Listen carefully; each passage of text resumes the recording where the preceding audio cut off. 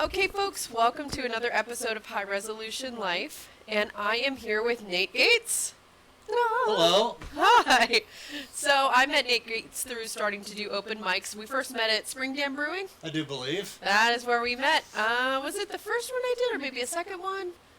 I can't remember exactly. It started to get warmer. I'm not sure. The depression was abating a bit, I think. So. A few months ago, yeah. And we really bonded over Kabbalah, and also My Name is Asher Leave. So we really liked that book, and you had a good, I know that you enjoyed that book as well. Yeah. So we're really looking forward to Jokes and Jazz coming up. So I'm really excited about Nate being there, and he's going to share some of his music with us. He's going to talk about some of the work that he's done, and maybe you could talk a bit about the CD you recorded and why we're excited about Jokes and Jazz. And I'm sure weirdo musicians like us can find any different routes of places that we're going to talk about the art form that we love. Yeah. So yeah. All right. So what got you started in music, Nate? What was your inspiration? What got you going there? It goes back as far as I can remember, really. I mean, being a little kid, I think the first thing was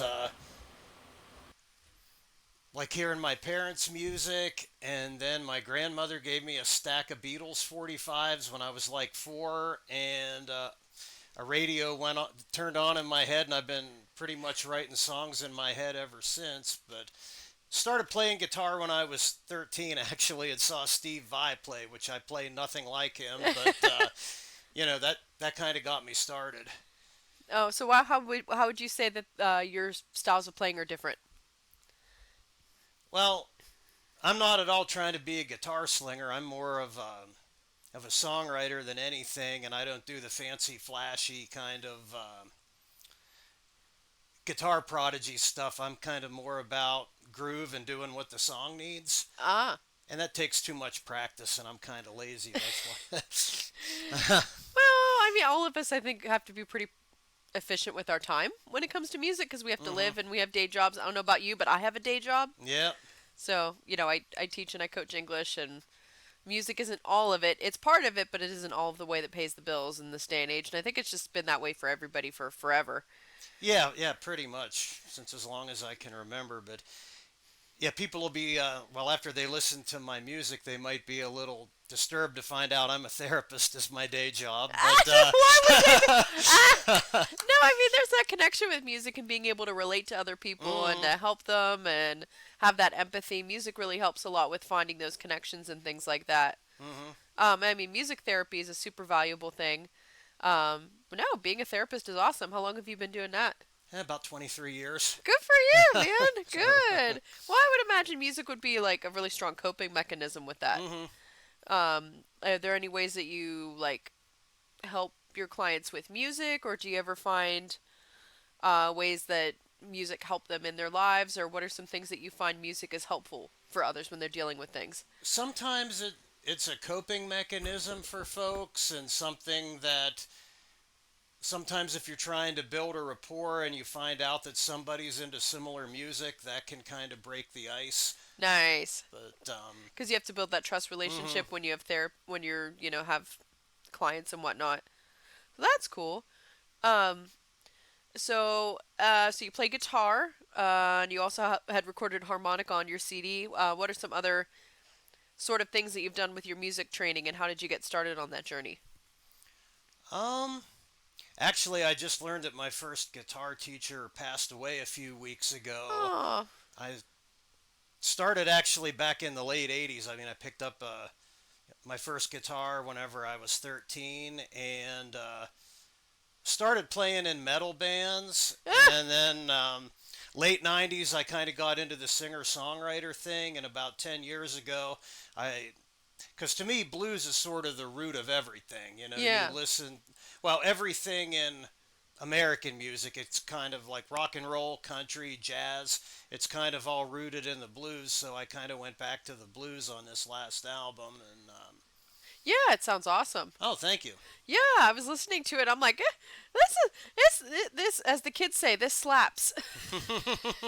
We're too old. I haven't heard that one yet. Yeah, they say, oh, this slaps or something. That's what the kids say. I'm getting just old enough, and I'm in my 30s, so now I'm getting old enough that I'm like, ooh, it starts to hit when you're not keeping up with the jive of Mm-hmm. what kids are saying.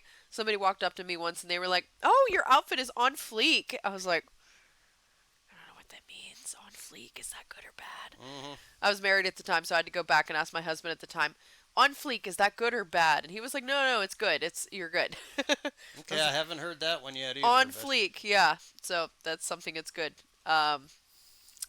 What did you think of like the blues? Isn't it interesting how the blues was not cool in the United States for a certain period of time, and then it really took off in the UK? mm-hmm. Not specifically the Beatles, but we had like Fleetwood Mac and all of these different bands that were doing like a blues revival. What do you think the reasons were for that? And like, do you have any inspirations from that period of time? Well, I'm a huge Stones fan, and I Oh mean, yeah, it took the Stones teaching us how to play our own music that we'd kind of forgotten about in right? white America. I mean, it was still on the African American radio, and really Yep. Elvis and but I mean, really, it never went away. I mean, if you listen to Hank Williams, at the core, that's blues. Yep. And so it's really been a part of American music. We just didn't call it that. Okay, yeah. So what's the other category we would have put it under, or was it just under certain artists and we're like they have this new sound and it really wasn't? Right. I mean, well, you would have Elvis. I mean, it, basically took off with the whole rock and roll thing, I think. I mean, I'm not a super historian with all that, but it became cool whenever it was rock and roll, but then really rock and roll kind of fell out and we kind of went into a doldrum. But these kids Yeah. in England are buying old blues records, playing it, and they kind of brought it back. Yep. Yep. Well, yeah, and that's what was interesting. Like the blues, and Kris and I were talking about this too a little bit, but we didn't dive into it quite as much because her and I are a little bit more on the jazz performing, but I know like the music history of blues. Mm-hmm. Blues was interesting because we would say white trash. White trash has a bit of an influence and also has a presence. I think in South Central Pennsylvania. Mm. Am I wrong? Just a tad. So we have that. We have that connection around West Virginia, parts of Virginia, and parts of Ohio, and places where we have a poverty cycle struggle, I would say. Mm-hmm. And African Americans also related to that they were dealing with that after post slavery because it wasn't all of a sudden you're emancipated and all your problems are gone. It wasn't that. There was a cycle of poverty among what we would call white trash Americans, and they struggled with that. So impoverished is the right way. I'm saying it in a very colloquial manner, but the blues was something that bonded these two communities Mm-hmm. in the United States. The Irish and the Africans. Yes, what they were dealing with. And it was actually the Africans that brought the banjo, and Yes, you had the Irish with their fiddler music, and oftentimes drinking out of the same jug. exactly. Yep, so there was a lot of that. So, like, what's a lot of the subject matter that you find? And I could hear you also incorporated, especially in Ghosts on the River. I really liked that one on your album that you did, which is also the title for your album. What are a lot of the inspirations for blues, which I think might be a little more different from jazz? Perhaps jazz is a little bit more romanticized, and blues is a little bit more real world and grit. Mm-hmm. Maybe. What do you think? Yeah, and I mean that's a lot of the blues is just and a lot of the blues singers from back in the day would tell you that it's dance music. Yeah, yeah, And it's basically like a lot of the traditional blues is kind of my baby done me wrong and I'm drinking and I like the stuff with a bit of a deeper meaning. So I okay. actually like to go back into the 30s blues. I mean, if you listen to Robert Johnson, he was very literate. Oh, nice. Okay. And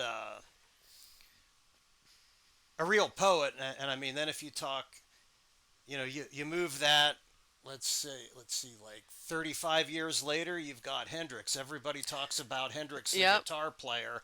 Well, me being a songwriter, I also look at Jimmy the Poet.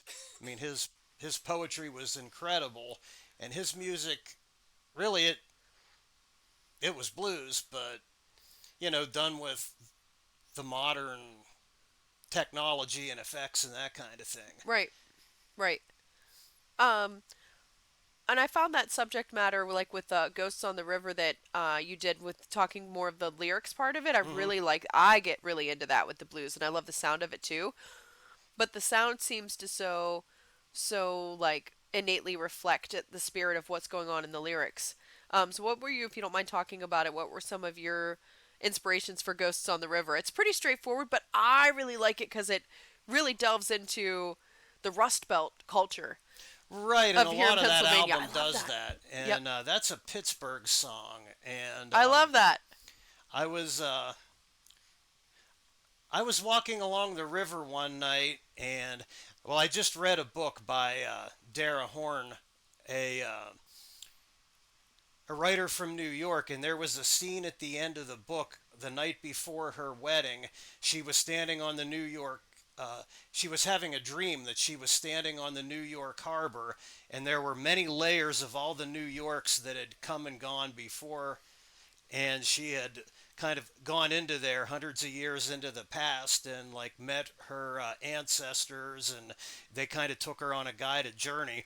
Well, a much lighter version of that, I was walking along the river after one of the YEP summer concert series, and I felt the ghosts of Pittsburgh's past. That's so cool. That's kind of where I got that. So, you get into Westinghouse, and then there's Joe Magarac as a character in the song. Yes, yes. He was Pittsburgh's Paul Bunyan. He was the guy that dipped his fingers in the molten steel and tasted it to make sure it was done. Oh my So, god. Oh my god, that's so cool. Yeah, what were so that was one of the characters that you mentioned. What were some other elements that you felt were very important in that song? Because that one really, that's like one of my new favorite regional songs, like one of my new oh, favorite thank you. locals. I love that. It was great because you encapsulated a lot of the history and the things that are changing in the midst of industrialization, changing and moving, and different priorities that are coming into place in Pittsburgh. What were some of the other characters and elements that you really wanted to make sure stood out in that song? I think I'm trying to think. The only other characters in that, you've got George Westinghouse Yep. and Roberto Clemente. I love the Roberto Clemente. I mean, needless to say, the baseball fans, Yeah. Pirates are doing started off strong and then it just kind of this year. Did you make it to a Pirates game this year at all? No, I actually quit following baseball whenever Mark Grace left the Cubs. So that's been a while. Oh no. So it was Westinghouse. So Hmm. what's important and what's his significance in the you placing him in the song? Well, most people, whenever they talk about Pittsburgh, they talk about Andrew Carnegie, who Oh basically yeah. started the riots, and then because he felt bad, built a library. But Westinghouse was a different kind of character who actually thought, that if you treated your employees decent, that they might actually work a little bit better for you. What an idea! And he invented the weekend, like You might voluntarily. So, you might be getting a little bit too socialist for this podcast. No, I'm kidding. I'm kidding. It's not that way. I don't care. no, he did it voluntarily. Nobody was. Wow. Okay. So what I'm assuming, I mean, I'm a little bit ignorant on Westinghouse. Did he? Obviously, he must have owned. Do you own companies, factories there, or? Right, I think he did a lot with electronics and that kind of thing early Okay. on. And what around what year was he doing all that? That I don't know. That's okay. We could ask Google, but my Yeah, Google is I not. think he was doing it at around the same time that Edison was doing his thing. Oh So, yeah. Yeah. because I think they were competitors, but Ah, okay, yeah. yeah. That okay, it would have been around that time. Yeah. Well, that's cool. So did you grow up near Pittsburgh, or is it in the proximity like you and I both were, or you got to spend a lot of time there? Well, I basically used to go to a lot of shows there, and then I went to grad school there back in the early 2000s, Nice. and really spent a lot of time on the songwriter circuit out there. Like by day, I'd go to grad school, go to my classes, my internship, and then at nights, I was, doing the songwriter thing. So that's where I'd been playing and performing before then, but that's where I really cut my teeth was in Pittsburgh. So. And what are Pittsburgh songwriters like? Are they different than here? Are they is there a different vibe, or is there more collaboration? What are your feelings on is there a defining Pittsburgh songwriter thing, or is everybody have a lot of shared humanity in that regard? Well, I haven't been involved with them for a while, but the thing about Pittsburgh is you've got a lot of really talented people that are mostly on a different page and doing something entirely different from each other, but everybody's really respectful and supportive. It's a really, I mean, we're talking 18 years ago, 19 years ago, but That still seems to be collaboration. Still seems to be not. Still seems to be. I think it's something that's come even more to the forefront. I feel, and especially in Pittsburgh too. Not that I've really been able to work out there, hmm but it does seem like, especially here in Central PA, it seems like in the last 5 to 10 years, it's become a lot more collaborative. right. And I was mentioning something to my dad about that probably 6 or 7 years ago that I was noticing for the longest time you had to go at least an hour in any direction around here to find like any kind of interesting songwriter events, and I was going to Yeah. Pittsburgh, and I think whenever commercial mainstream music really took a nosedive, there was like a some kind of a zeitgeist where people are like, ah, Yes. to hell with this, we're not listening to this stuff, let's make our own. And it's happening in just about every small town I go to, and I never Wow. thought it would happen in Roaring Spring where I live, Yeah.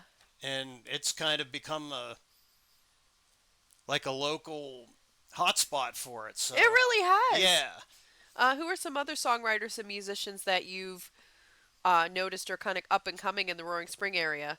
I noticed there's some guys, but you would know more than me because I'm a hood rat over here in Altoona. What are you noticing in Roaring Spring, and who's really the up and comers, and what are they bringing to the table? Well, there's a few in Roaring Spring. I mean, you've got Dr. Chance Bartleby, Jim Groves doing some good songs. There's some other people that have left. Really good stuff going on in Bedford. You've got Colt Lepley and Oh yeah. Samantha Press. Oh yeah. I know I'm forgetting a few. I mean, there's some people that have been out there forever, like Jackson Mansour, Kevin Kutz. I mean, there's just a lot of really, and kind of, we started it's now gone at the Hungry Duck in Roaring Spring, started a songwriter circle there a few years ago, and just all these great songwriters came out of the woodwork and from all over the place. And Isn't that so cool though? yeah. Because I mean, it wasn't like this 20 years ago. No, well, 20 years ago, we had a little bit of a scene here in Altoona, kind of an Americana scene. I mean, there were Oh, some okay. good writers and players in Juniata that I used to play with a good bit, and of course, most of them have all moved out of the state. But I mean, Yeah, it's a they. totally different thing now. Oh yeah. Well, I feel like Juniata has a little bit more of a punk scene going on. And So they're a little, and then Roaring Spring, Bedford, and around the Hollidaysburg area is more of that Americana. right, right. Yep. But I mean, well, we also had Davina Sowers from the now like big on the jazz scene globally. Davina and the Vagabonds come out of Altoona, Yeah, and you I mean, mentioned about that. yeah, I Yeah. mean, she can sing like Etta James, write great, and just a great piano player. Has a huge brass section, and I mean, world class. She's, doing the jazz festivals all over Europe, and Hey, I mean, never despise humble beginnings. Which another thing, we are planning jokes and jazz, so having that comedy, having that jazz influence. So what are some things that you like about jazz, and do you feel like there's any intersection between jazz and blues? Like Kris and I were talking about that. We were trying to think of like how where that connection is at. So maybe you could shed more light on that. What excites you about jazz and blues, and where's the connection? actually, I listen. I play rock and roll, but lately I've been listening to more jazz than anything, like a lot of avant-garde jazz, Yeah, you were saying about that. like Alice Coltrane, Pharoah Sanders, some of the later John Coltrane stuff, and I mean, there again, blues is the root from it, but jazz just took it in a totally different direction, and one Hmm. that's kind of, for my playing and compositional skills, it's way over my head, so I can still listen to it and be mystified. With drifting, no, I could definitely hear that influence. Yeah, I mean, I can play a few jazz chords, but I can't comp like any of those folks. It's hard. It takes such a music theory background to be able to do it. So Hmm my background's classical, and you can even tell by all of my music books behind you, hmm all of the Bach and Mendelssohn and all of that. So I'm able to play all that, and that really gives me a background and helps me with being able to play jazz.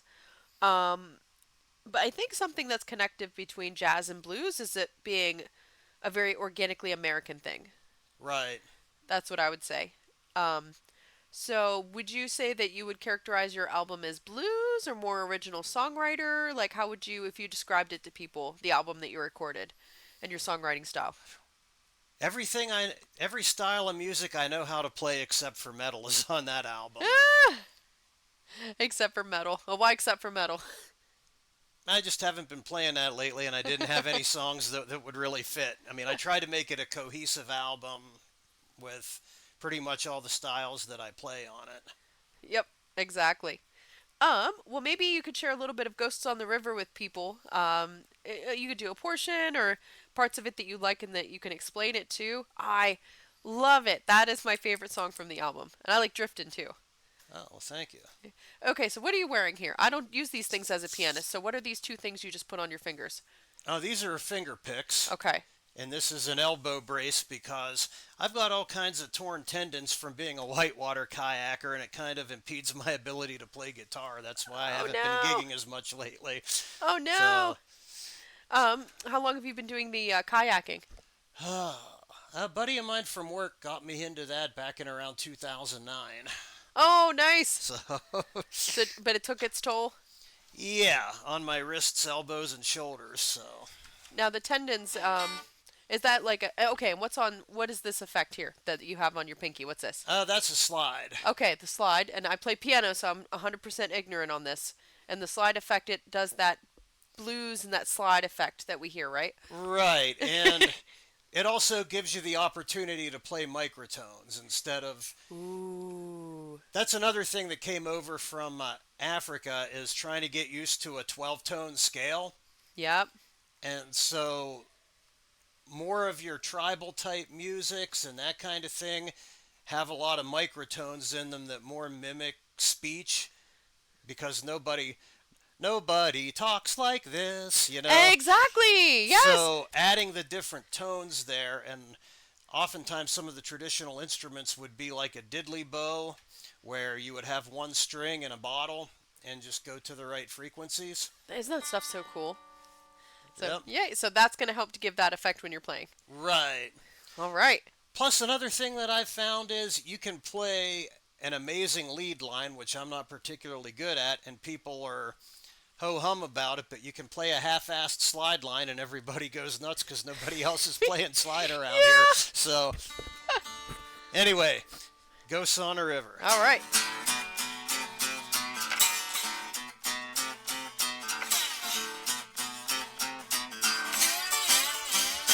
Well, the ghosts on the river. Oh darn! I forgot to unmute that. Do you mind starting it again? Okay. That was totally me. That was my fault. I forgot to unmute. Because it has sometimes an echo effect. That's All right. okay. I hit a clunker anyway, so. That's all right. You guys get the real version now, and nobody heard it.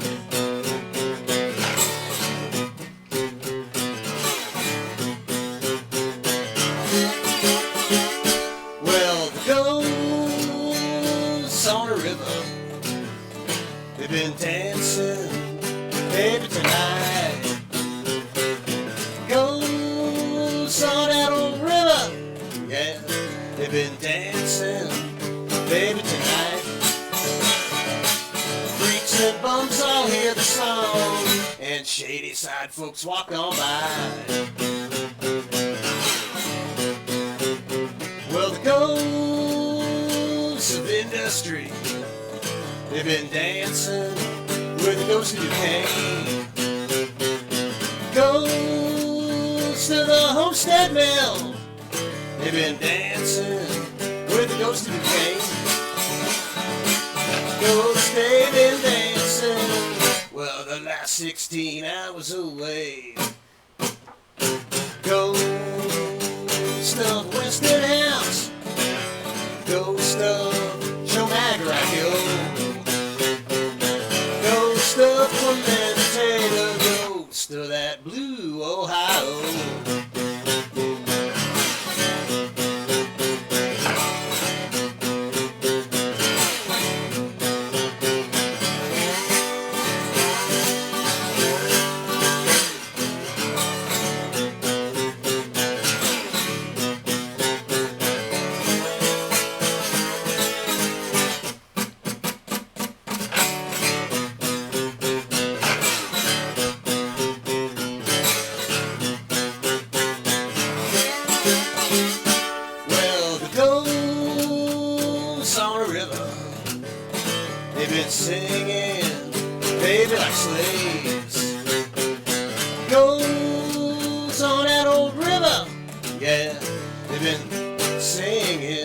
baby like slaves. You don't hear the song, well, you ain't listening, no baby, you ain't. Ghost of Bethlehem Steel, ghost of Joe Magraco, ghost of Clemente, the ghost of that blue Ohio. Yeah, I love it. Hey, thank you. Oh, that sounds awesome. I love that. That's great. And what is your songwriting process? When you first start a song, how do you start it? Like, you got to start with the lyrics, you got to start with the chords. What's your way that you do it? Mine is kind of chaotic, but what's your songwriting process? Any way I can. You know, some people have a formula. They're like, like if you're like a lot of the pop country writers, oh, you got to start with a title and then intro, verse. No. It's so much more chaotic for me. Some people start with a riff. Some people start with a line. Me, I do it any way I can. Sometimes it starts with a riff.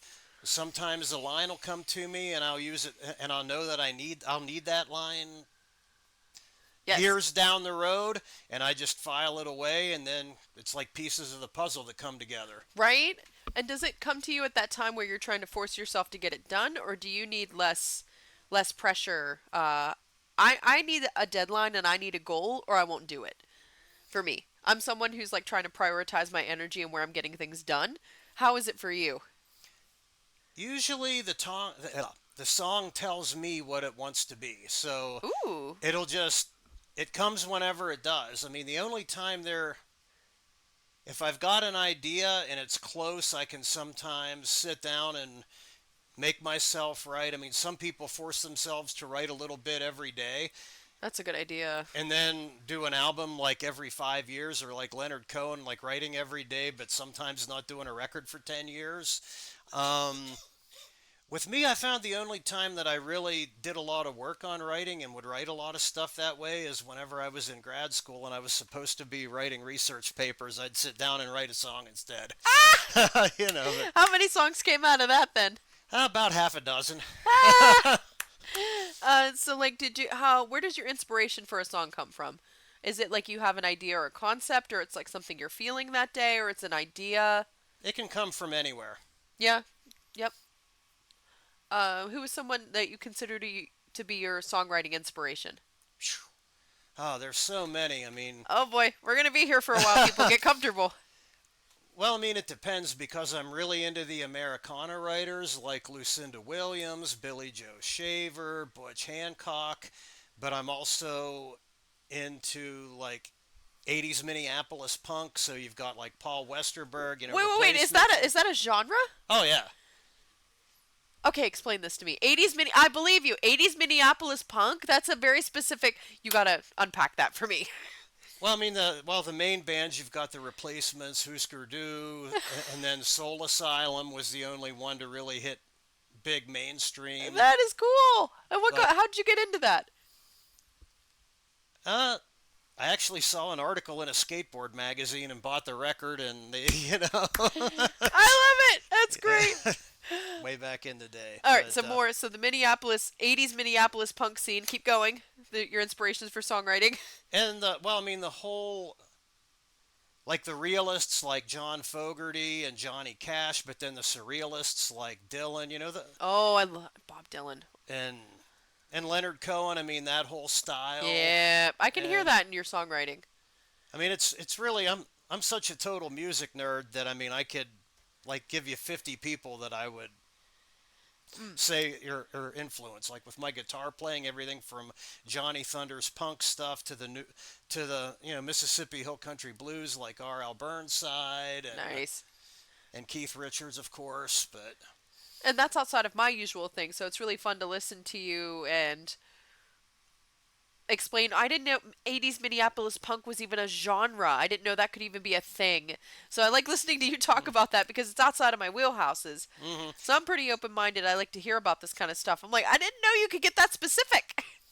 Well, it's kind of all under the indie rock category now, but... Yeah, exactly. Well, I love indie music. Right. Is there a genre of music that you feel you perform, but you prefer listening to? Is there an inside, I like to listen to this music, but people like hearing this other type of music? Do you have a split on that? I do.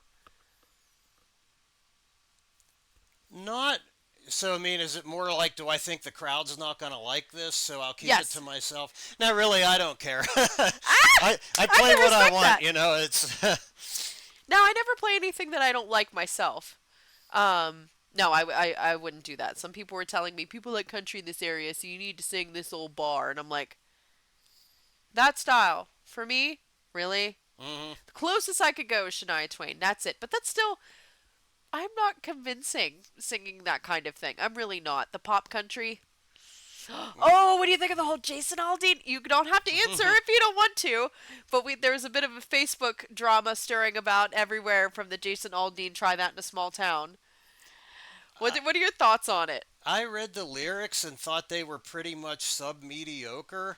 They were, I And think. I mean, I've never even heard the guy. I mean, I know that he's like one of those Chippendale popsters that calls himself country. So, Yeah, you know, I've and he just wears cowboy boots. And yeah. I mean, that ain't country music. I mean, I love country music, but the Real stuff that country comes out of music. Austin and Lubbock, Texas, Yep. not what's coming out of mainstream Nashville right now. I mean, that ain't country. That's pop with a fiddle.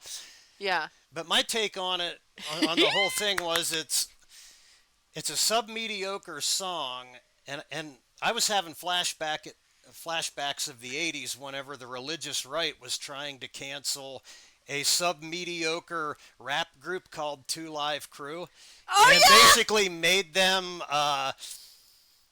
them huge whenever they should have just really been ignored. And now I'm seeing the other side of the fence doing the same thing with this guy, that really this stuff should be irrelevant. It's crap. So it's like the whole lyrics of "Try That in a Small Town," I guess, were there scenes that were reminiscent in the video of like lynching, I guess was what I heard. Am I Right. correct? I don't know. I didn't watch the I didn't watch video, it but either. I read the lyrics and I was like, yeah, this is just not even any good and not even worth talking about to me. That was my thought on it. It didn't make it into my sphere because I don't listen to that pop country. Like I like bluegrass. I like real country. Like Mhm. the actual heart and soul of stuff. I like that. Uh oh, Casey Musgraves probably would be pop country, wouldn't she? Who? Casey. Oh, probably then. If he doesn't even know. If he doesn't even know. Now, I like Casey Musgraves, but I'm willing to admit she's pop country. Okay. I'm willing to admit that. I do like that. But the other stuff, I can't get into. But her stuff is pop country. Um, what are your perspectives on all the online wars with the Jason Aldean song? All the internet keyboard battles. Um, It was fun watching the conversation between you and James Grove, and all you guys were kind of going back and forth about it. It was fun to watch. It was really fun. well, basically all I said about it was what I said right there, and I was like, okay, enough He's said. irrelevant. Let's talk about some real music. Is kind of where I'm. Yeah, yeah. That's funny. People who actually put a lot of heart and soul, and they're not commodity music. You know what I mean? Hmm. They're going to look at situations like this with a whole lot of nuance. Somebody who's true country and true blues, and all of that sort of folk and bluegrass, they're too sophisticated to write something that's simplistic. What do you think? Actually, I've come to the conclusion that you can't be a bad songwriter, and it takes a good songwriter trying to write bad songs to make a Nashville hit. And actually, Robbie Fulks, who's like a real country singer who played that circuit, actually kind of gave some credence to that and said that happens. That Oh, yeah. you'll have these writers trying to see who can write the worst song and sell it. I mean, Achy Breaky Heart could not have been written by a bad songwriter. It had to be written by a good writer trying to write a terrible song. Oh, yeah, what do we... I got friends in low places. That one, Oh, too. oh, terrible. It is, but probably had to have been actually a good songwriter. Is it...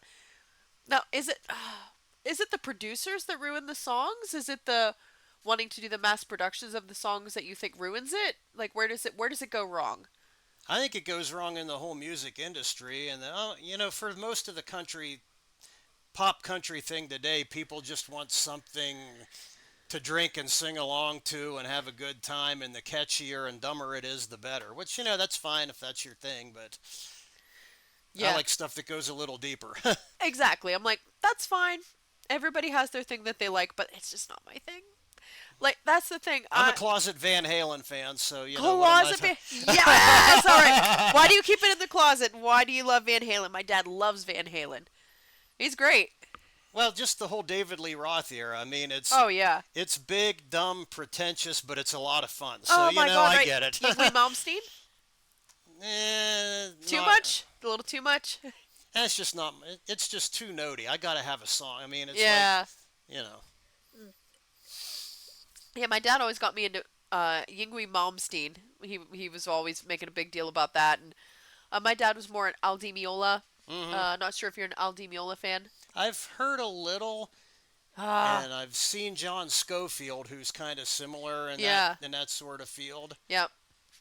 Oh, those were my early introductions to jazz. Really, it was Al Di Meola and Mr. Rogers' Neighborhood. That's an interesting mix.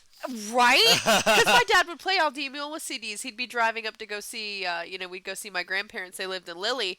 And I just remember some of my earliest memories are him playing those CDs of Al Di Meola in the car. And I didn't realize it was jazz, but growing up and watching Mr. Rogers' Neighborhood at my other grandma's place. So back then I didn't realize, oh, that's why I like jazz. Like Schroeder on Yeah, Peanuts playing the jazz yes, thing. exactly. So what would you say influenced your musical taste? Was it growing up listening to your music from your grandparents, your dad? I think you mentioned something about your parents or your dad. Yeah, I mean, my dad was big into blues and classic rock, and my mom was actually big into classical early on, so that she was giving me classical records when I was a little kid, and I'm actually only now getting back into some of the violins drive me nuts. That's one of the things I can really Really? appreciate what they're doing, but like hearing a string ensemble, it's just like ah. Really? Why? But Is it just like just too much? I don't know. It's like it's kind of painful to the ears. It's just it's too much. Oh, interesting. But I've been listening to some more Bach pipe organ stuff lately, basically to test out a subwoofer that I just bought, and I'm like, hey, I'm really digging this. I love the pipe organ. You know, Yeah. when I was a kid, there's videos of me crying when my sister would play violin, and I thought, do I hate it? Did I hate violins? And for me, it turned out that there was so much emotion that I felt me as a child, and I didn't know how to express it. Like I felt stuff, and I didn't know how to express. I'm feeling feelings. So that Mhm. was what happened for me as a child. And with the pipe organ, it was so majestic. Again, I didn't know how to process it. There's a video of me as a little kid. I was like 4 years old. I'm hopping and jumping on a trampoline. I stop and I'm like, I hear a weird sound. I said that as a 3 or 4 year Mhm. old. I looked at my mother in the video. I was like, I hear a weird sound, and it's Bach. It's something by Mhm. Bach on the pipe organ. And for me, that was just something that's so different than what we're used to. Mhm. And I've been playing the pipe organ for shit long enough. I have to think about it. Give me a second. 8 years. I've been playing the pipe organ for 8 years, and I'm gonna be completely honest. I wasn't crazy about the pipe organ when I started it. Does that make sense? Kinda. I'm piano is my first love. You see it right over there. Like Mhm. piano's my thing. That's my baby. That's my love. That's my Mhm. my high school sweetheart always. So, That's so when did you start on that? Because you play like you've been playing since you were like 4. I was like 8 or 9 Okay. when I Yeah, started I kind of lessons. figured you started early on. Oh So. yeah, it's been a while. Yep, music is just the piano. That's my baby. I've dabbled with violin and guitar, but pipe organ and piano really took off for me. Mhm. And it was really this guy. His name was the Reverend Josh Shipman. He came up from Corinth, Mississippi. Ah. I met him, and because he was looking for an organist, I was like, well, I need another church musician gig. I was playing piano for one church, and I was like, okay, I got to make ends meet. And I'm like, oh, I need to learn how to play the pipe organ. And so he always felt that I have a gift for it because you have to put all the different stops in a certain way. You have to arrange them a certain way so that they sound right. He always said I had a gift for it, and I wasn't afraid to really bring the colors out of the Mhm. pipe organ. Yeah, you've clearly got an ear. I mean, it's one of those things You have it or you don't. we don't choose. So the people out there, to know if you're going to stick with it or if it's, we don't choose music, it chooses us because what you go through, nobody's going to do that voluntarily. One of the things for me, it was not being able to continue with music school when they had funding issues after the Jerry Sandusky scandal at Penn State. I'm divorced. It was harder for me dealing with the loss of not being in music school than being divorced. That was harder to get over. Okay? I might sound crazy saying that, but that was harder to get over. And also realizing there is an economic difference in support when you're playing classical music compared to if you're going to do a little bit more grassroots in the area, pop. You can kind of do that, and the expectations are a little bit different. You're kind of expected more to devote your time in a way that's more working class oriented. So I still dabble in classical, but I can't build a classical career without a trust fund. Right, unless you get into like the Pittsburgh Symphony Orchestra or something like that. Oh, and the competition to get into Right. that. Oh my gosh. Hmm. I'm willing to, some people say you don't love it enough. No, I'm willing to admit I'm only going to live for so long. like, Hmm. and that I only have certain amounts of resources. But what are some difficulties that you found that you dealt with as a musician, or some like reality checks, or like what were those things? Well, I mean, as far as playing shows, what I have set up, it's kind of like a listening room in a theater thing, and I'd like to be doing it with a full band. But most of the places where you play, people want to drink and sing along to the same 10 songs they heard on the radio Yeah. all day. Yep. And that's just, I mean, if you're into that, that's fine, but that's just not something I enjoy. And plus, with my wrist issues, there's really only I can only maybe do a show a month, and I really can't practice like I want to be. So it's you got to pick your shows. Oh, true. So are there certain things that you can do that are going to help with your wrist, or is it more irreparable damage, or is it something that's going to improve over time? There's exercises that I can do to make it more livable, and I'm going for a consult to another practice to see if they can give me any ideas because I've got a great physical therapist that keeps me from falling apart. But Good. it's still. I've written my latest album about 3 years ago, and I still haven't been able to record it, so that's kind of a drag. But That is a drag. You're very positive about things, and it's good to see you go out and do your thing, even though you're dealing with that. So what are some strategies that you do for practicing then? Is there a certain amount of time? Are there certain chords that you avoid, or certain types of songs? Like, what's your path of least resistance there? well, my therapist thinks I've got a tear in the TFCC region here, and I've also got like right on the thumb, so gripping the neck really hurts. So I've been playing a lot of slide, like doing a lot of bar chords in places where I'm bending and those kind of things up the neck can put a lot of stress on it. And got the same thing in this hand from gripping the paddle too hard, so I can't hold a pick anymore. But actually, I've found that with finger picking, I'm able to do a lot more different things. So it's really Good. not a huge loss. It makes it harder to play rockabilly or if I wanted to play metal, but you can work around it. Mm. And was there, uh, I don't know how personal I'm getting into this, but how did you feel whenever you realized that your hands and your arms weren't quite doing what you were asking them to do? How did you deal with that? Did you have like a, because I probably would just sort of panic, but I don't know these days, like, because I sustained some finger injuries from jujitsu. Like, Oh, why do we do this? Like, why do we do this to ourselves? We know what we do with our hands, we know what we do with our wrists, but we put ourselves in this position. Why? because that's what we do. That's what we do. Like, so I had gotten my index finger caught in a gi in a funny way, and it got Ooh. tore. Yeah. So then, a couple days later, somebody that's pretty careless at jujitsu rammed their knee right into that, in this right here in this joint here, and you could feel there was a bit of a tear. It never would have been enough for a doctor to do anything. It finally feels normal after I took a 10-day break from jujitsu. Then I got this arm accidentally stoved in someone's gi Oh. collar. So it got bent back really far, way farther than it should have. Oh. I took the 10 days off, and I'm like, oh, it doesn't really hurt now. Cool, that's great. But the thing is, like, I just noticed the pain was there and I dealt with it. I'm like, meh, I did this to myself. That happens. I didn't feel as devastated as I thought I would. I didn't feel as mad at myself as I thought I would. Or maybe I'm just too stoic. How did you feel when you realized the wrist and the arms weren't, and your hands weren't quite? Well, I'm kind of used to popping tendons. It started on this arm with the paddling, and this elbow from fishing, from casting, Ah! and then I got it in this elbow. One day I had the flu, and I thought, you know what, I'm going to learn some jazz chords. So without stretching before and after, I sat down and practiced with a book of jazz chords for like 4 hours straight, and tore this elbow. Oh my gosh, how long did you practice? Well, that was like one day I practiced for 4 hours straight without, doing the jazz chord thing, and I had to. But I've pretty much gotten those taken care of. But they say ligaments in the wrist are tougher. So on my fretting hand, I had some swelling and inflammation from gripping the paddle too tight. Then I bumped my thumb against the door jamb and saw stars where I couldn't, like for a month, I couldn't even reach into my pocket without yelling.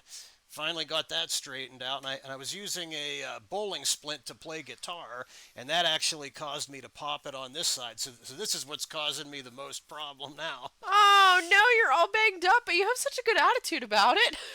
Well, you just got to keep on pressing through and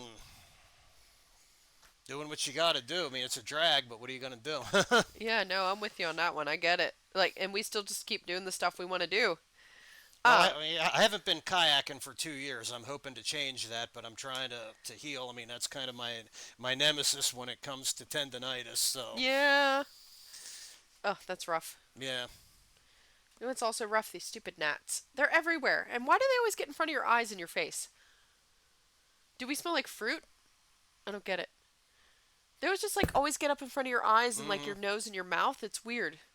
Hate those things. It's always this they're time of year. annoying. Anyway, sidetrack. Squirrel! ADHD. But yeah, I'm really excited to have you there at Jokes and Jazz. Yeah, I'm looking forward to it. Yeah, what are some things? Now, somebody made this suggestion to me. It was actually the guy from the Derek Walkney. So he suggested that would be a really cool event, and I was like, okay, let me dig in and see if there'd be any interest. Let me give it a shot. And so the guy who's the brewer down at Railroad City Brewing Company said, yeah, I'm in. Let me go talk to the owner. And so here we are. So what are some things you're looking forward to in Jokes and Jazz, and some things you're looking forward to bringing to the table performance-wise? I'm just looking forward to some good music and comedy and a good time, and hopefully, turn a few people on to what we all do. Oh, yeah. Any songs that you have in mind that you're working on, or anything? I don't have to put you on the spot like you have to share it now, but is there anything you're working on in particular you're hoping to share next Saturday? Well, just the bluesier side of Yes. my stuff. I mean, I've probably got enough blues songs, and I've got one kind of jazz song that I can add Yes. to the mix if my wrist is cooperating. Cooperative. Yeah, We talked about this. yeah. Give it a pep talk. Lots of ice and Voltaren, because I'm playing a show earlier in the day. I'm doing an hour set, so hopefully I'll be. Oh, yeah, you are. Where's that one? That's actually at the Spring Dam in Roaring Spring. It's an outdoor gig. Thinking gnats. Sorry. Okay, see, that one's at Roaring Spring. So cool. So yeah, that's gonna be August 5th, Saturday, August 5th, 7 to 9. It looks like everybody will have 40 minutes to do their thing and what they want to do. Um, so that's gonna be fun. And I think Railroad City Brewing Company has a nice atmosphere on the inside for sort of a jazz look. I think more than maybe levity. Not that it doesn't, but it's got more of that feel and that vibe to it, you know? Mm-hmm. So yeah. What are some things that you think are great about jazz and that you love about it that if people perhaps aren't turned on to it or aren't into it, you wish they perhaps might understand?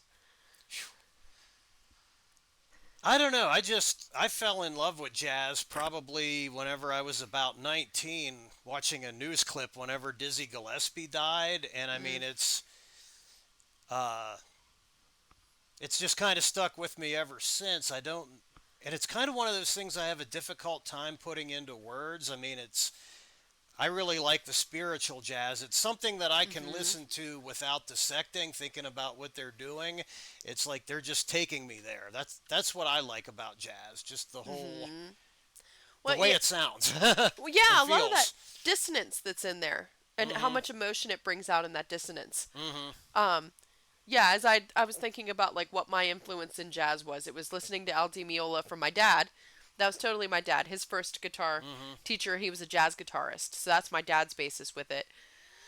Um, I grew up hearing a lot of jazz at my grandma's place. My uncle, he actually was one of the he was a DJ and he would play a lot of the older jazz styles from the 40s, 50s, 30s, 40s, and 50s. He would play that on his radio show. So I'd wake up every morning on Sunday mornings hearing jazz.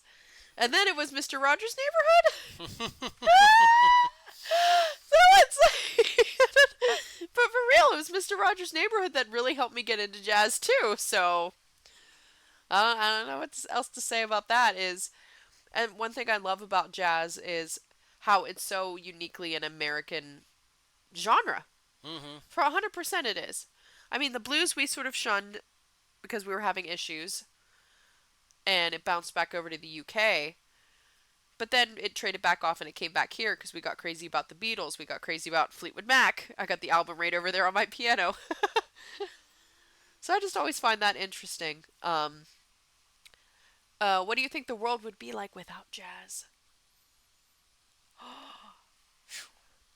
Not a world that I would want to inhabit. I I think don't know. I think there would be a lack of a certain avenue of expression. Mm-hmm. And there's something so I think that's so intertwined between comedy and jazz, like those little. Did you ever get to watch The Marvelous Mrs. Maisel? No.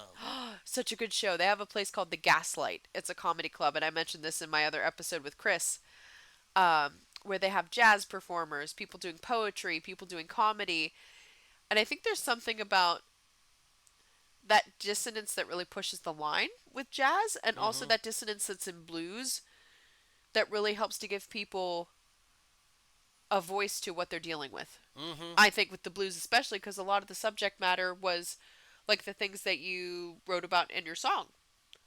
The It's ghosts of the one. cathartic. Yes, exactly. Yep, a lot of catharsis. I think.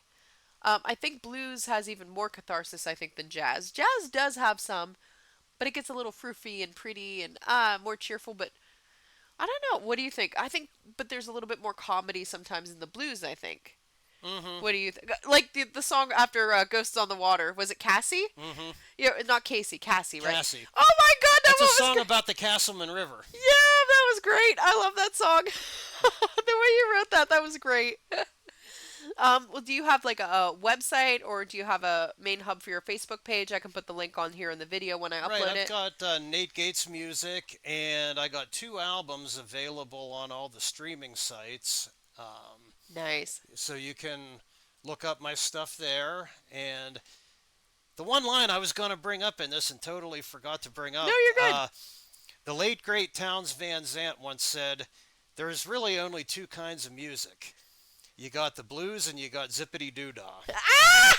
Yes! I'm not quite that reductionist, but I mean, I think he's on to something there. I think, how would you interpret what he's saying? From what I think it is the blues is authenticity, really saying what you actually mean, and zippity doo dah is, oh, well, let's just act like nothing's wrong. Right. Yeah, that's what I interpreted that Mm-hmm. as. And that's interesting too, the zippity doo dah, zippity yay. We both grew up with hearing that, right? Mm-hmm. What do you think of it now being seen as something that can't really be expressed anymore? That like that cartoon has been canceled. And you know, I haven't seen that cartoon since I was like 7, so I'm Same. not sure, you know, I haven't really analyzed it that much. I know that I'm not a big fan of canceling anything. I mean, because canceling that removes the opportunity for a dialogue. And people getting up in arms about everything nowadays, I mean, to me it's almost a reflection of the decadence of today's Ooh, society. the reflection of the decadence. Expand on that. Well, Nietzsche's idea of decadence, you know, where he was talking about the Greeks and the Romans whenever they hadn't been in a war for a long time and basically they became too complacent and are looking at little things to nitpick with each other, and then in comes the whole dualistic thing. And it's I gotta wonder if everybody being offended by everything may have something to do with some decadence in modern Western society. I think so. Um, I think you have to still be able to allow some of these things to be out there. People are probably a little surprised to hear me to say this. I'm in favor for some censoring.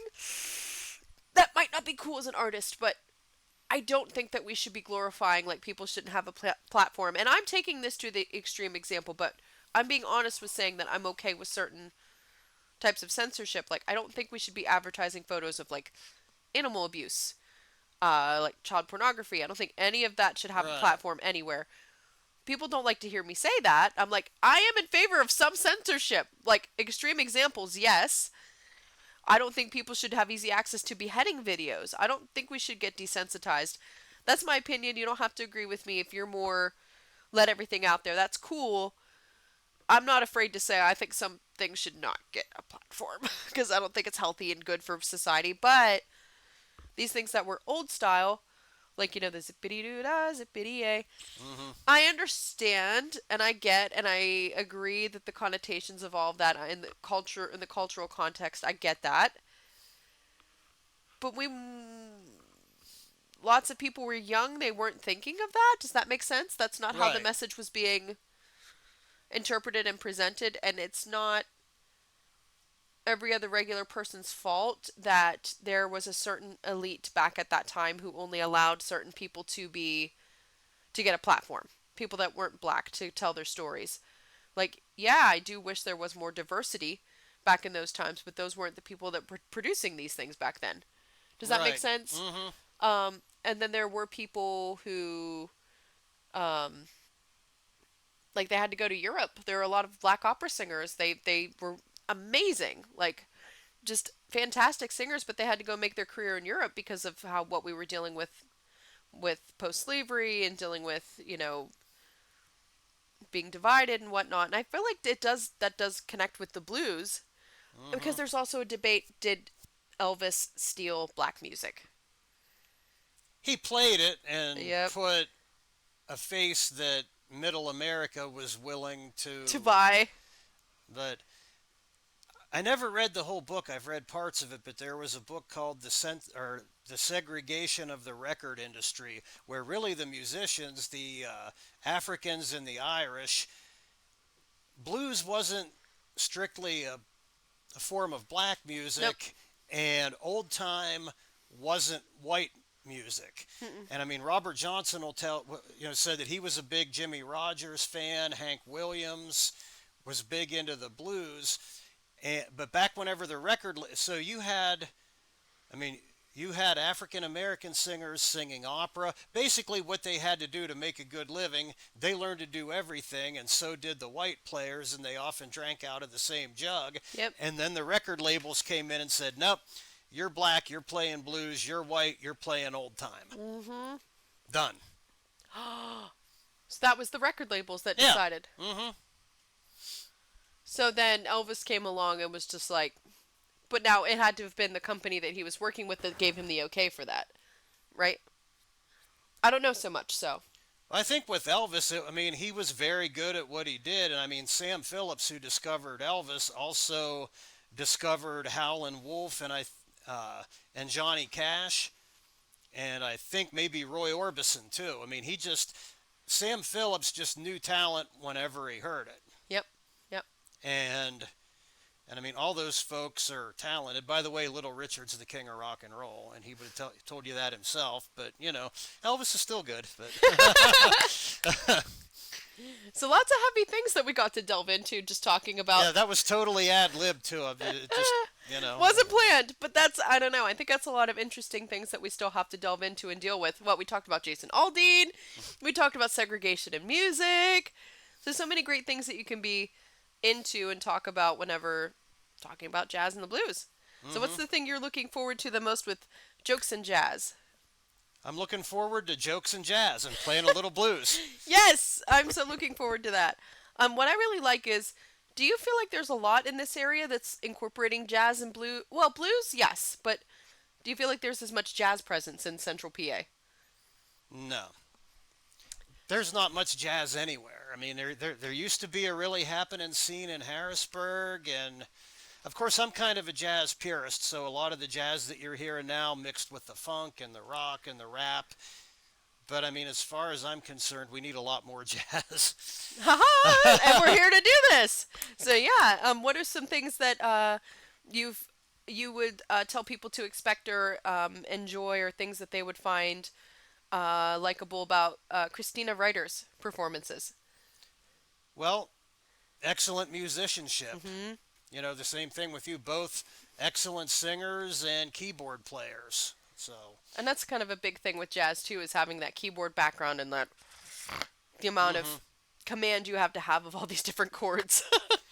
right, and I'm actually thinking about getting into trying to learn that kind of thing. Yes, you said about that. That's that keyboard. Yeah, Yeah, that you said. yeah. I almost bought one, but I haven't yet. But I mean, I can do the rudimentary chords on an organ, and have recorded a few lines, but that's about as far as it goes. But that's something I'd really like to get into. But Yes. Oh, I would fully support you, and I gave you advice on that. Williams, I'm happy with it. It does everything I need it to do. I'm able to hmm take it everywhere. It's gotten banged up a little bit. So great. Thank you so much, Nate. thank you. Is there anything Thank else you, you Annette. want to share musically that you had prepared, or?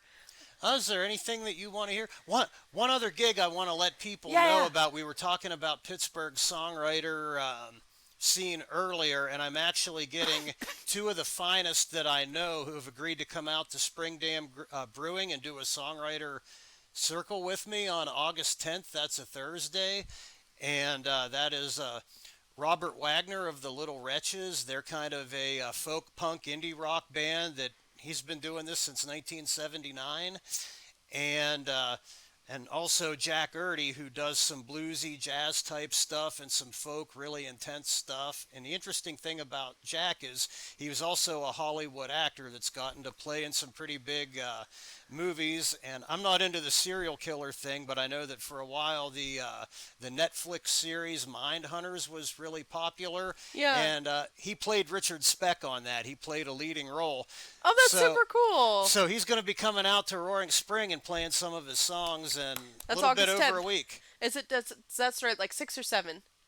It's it's going to be at 7 o'clock on August 10th. Okay. He might be there a little bit late because he's getting out of work late and coming straight out. But we'll be starting up at around 7, and hopefully he'll be there around 7:30 or 8. So That'll be great. Thank should you. be fun. So Thank cool. you. What do you think of playing a little bit of drifting? Is that in your wheelhouses for today? You don't have to do the whole thing. It is. I would have to retune because I'm in That's okay. open D on the guitar. So I Sure. mean, if you don't mind me retuning, Sure. I can do my little jazz number. Yeah, and you don't have to do the whole thing if you want to share the whole. That's okay. I just really enjoyed drifting. That was great. Thank you so much again, Nate. Thank you, Annette. That's so great. So while you're tuning, I'll let everyone know. So we'll be doing Jokes and Jazz. That will be August 5th at Railroad City Brewing Company, 7 p.m. to 9 p.m. And that's 1415 11th Avenue, downtown Altoona. It's not Levity. Most people think that Railroad City Brewing Company is always Levity, and it's not. So, Yeah, you got two breweries in a real short. yeah, I don't know what people are going to do if there's I think there might be a third one added at some point. People are going to just get lost. But here's the deal. You can just do a brew crawl. But Levity's not the place. It's Railroad City Brewing Company is the place you want to be. So it'll be me. My parents are going to jump in and do some things too. Christina Reiter is going to be there. And, of course, very own Nate Gates that we had here on the podcast.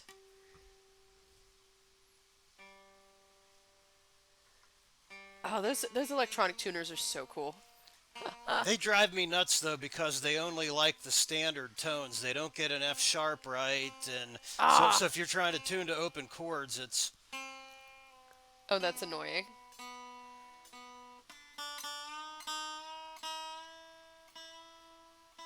Does make life easier, though. Aha! All right. Is that? And then you play a chord and it's still not in tune.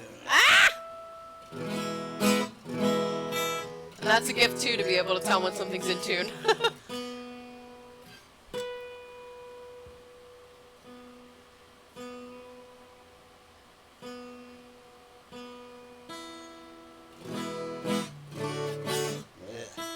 All right.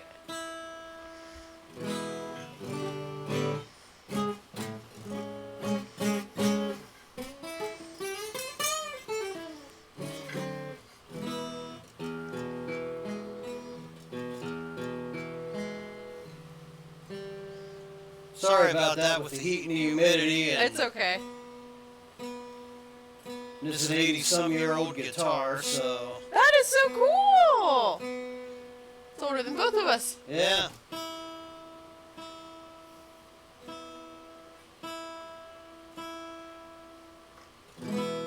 There we go. All right. So drifting.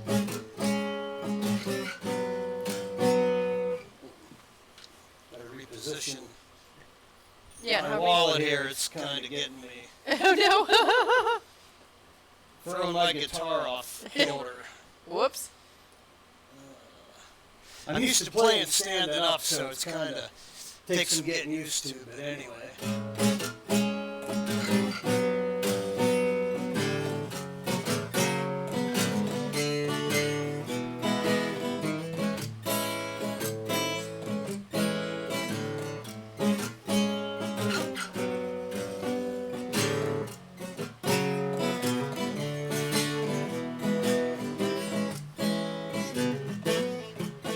Well, daylight seems to burn on forever, and the night is gone before I shut my eyes.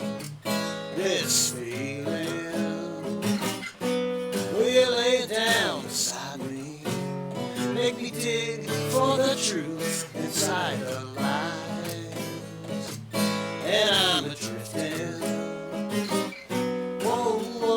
Baby, drifting from everything I once believed. Drifting, yeah, baby, drifting from the harbor down to stormy seas. I keep on praying for your touch to be eternal, but I know you'll be gone when the weather breaks forever. It's the price of a moment, crawling home the wage of going astray. And I'm a-drifting like a leaf in the river, won't ever get back to its tree. Got me sinking down past the bottom. Girl, I swore it was you that set me free. And late tonight, as I lay in your lying arms and make believe, baby, I am the only one. Pull the shade, trying to keep that dark light in. Got one more hour, baby, to pretend.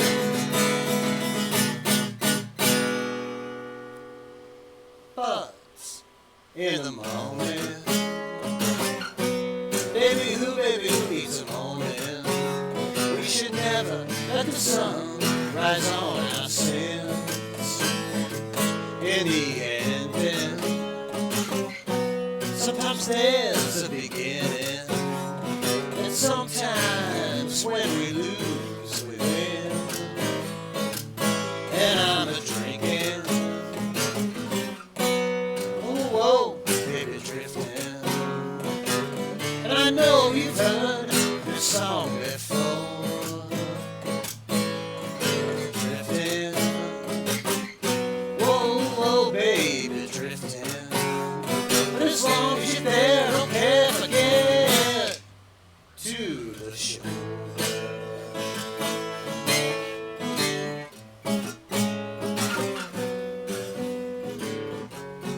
And it just does that for a while. And there's supposed to be a sax solo there, or on the record there's a guitar solo because we couldn't get the sax thing lined up. Hard to find saxophone players. Maybe I need Yeah. to branch out. Yeah. So good. Thank you so much, Thank Nate. you. Yeah, and I hope you enjoyed, and I hope that you're equally excited for Jokes and Jazz. Yay! So he's excited. I'm excited. If you're you're gonna have a good time. If you're looking for date night ideas, first date or 100th date ever, this is a good night to just go out, get the babysitter, or just come out, hang out with your friends, and have some good brews at Railroad City Brewing Company. So thank you again, Nate. Thank you, Annette. All right. Hopefully we'll see some of you on August 5th, and also whenever you're listening in the future that you enjoyed this podcast. So see you later, guys. Thank you, Nate. See you later. Thank you. See ya.